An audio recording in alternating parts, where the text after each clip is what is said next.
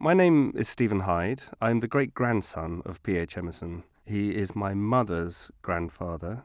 He came from actually a very distinguished American family, distantly related to Ralph Waldo. P.H. Emerson was born in 1856 in Cuba, and he spent the first 8 years of his life there on his father's sugar plantation.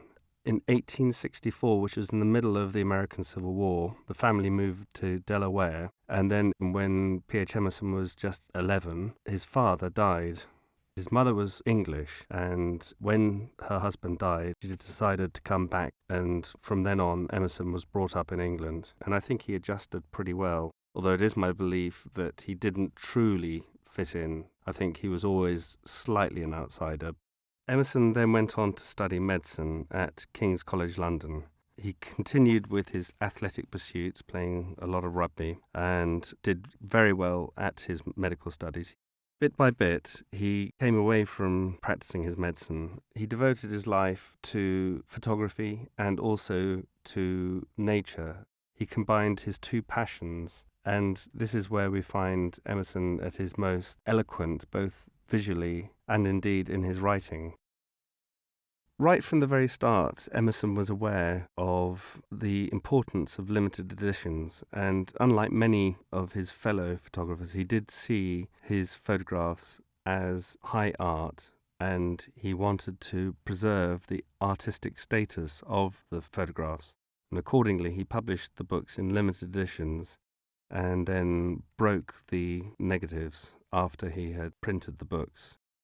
In his first book, Life and Landscape on the Norfolk Broads, Emerson most successfully portrays people. Although most of the photographs are posed, they seem fairly natural, and they portray people at work and at play when we come to the gentry shooting. He also really fell in love with the people of Norfolk. He liked them. He thought they were unpretentious, noble people doing a hard day's work, often unrecognized. In his writings on them, he'll quite often use the vernacular language they spoke in. I do think that Emerson was, to a certain extent, idealizing the life of the worker, and he believed very much in the integrity of the simple life of working the land, lack of sophistication, and simplicity. In fact, in many of his books, he finds an honesty and a beauty in the lives of people who work the land. Marsh Leaves was the last of Emerson's books, and in my opinion, one of the most beautiful. It's very spare in its subject matter.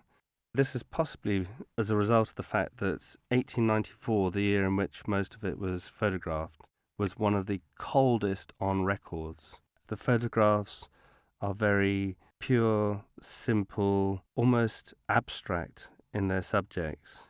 The photographs are not of life and vigor, they are of the end of something.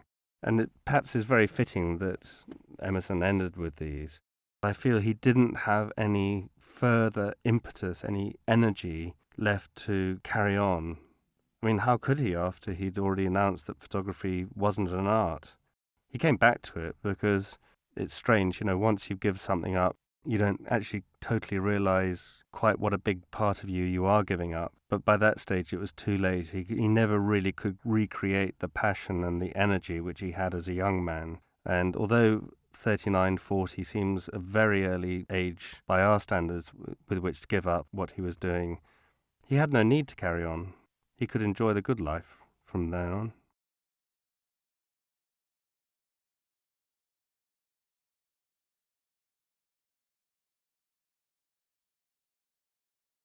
All the time that Emerson was indulging himself in Norfolk, he did keep very much focused on the issue of whether photography was an art or not. A lot of what he was trying to achieve there was simplicity and an integrity, which ran against the tide of what most of photography was doing at the time. Emerson believed in two main aspects. The first was that photographs should not be totally sharp in every respect. You should have what's called differential focusing, which was that when you actually looked at something, You focused on one thing, but everything else tended to fall back into a sort of slight lack of focus. And even that which was the main subject shouldn't be totally sharp in his point of view. And the other aspect which Emerson believed that photography should concentrate upon is not to do too much in terms of what we would call post-production, as in you should take a photograph and you should not muck around with it in the darkroom afterwards. This is what he called naturalistic photography. This was very much counter to what was the norm at the time. In 1889, he published his thesis in naturalistic photography. Later, he had this complete change of mind. He published a black bordered pamphlet entitled The Death of Naturalistic Photography, in which he stated, I regret it deeply, compared photographs to great works of art, and photographers to great artists. It was rash and thoughtless, and my punishment is having to acknowledge it now. In short, I throw in my lot with those who say that photography is a very limited art. I deeply regret that I have come to this conclusion. I think Emerson came to this conclusion mainly because he was frustrated by the limitations of photography as it was possible at that time. I mean, if he wanted to take a beautiful photograph, he had to go out with a massive, large format plate camera, see the image upside down on the ground glass screen, cover himself with a black cloth to keep out the daylight so he could see what was going on.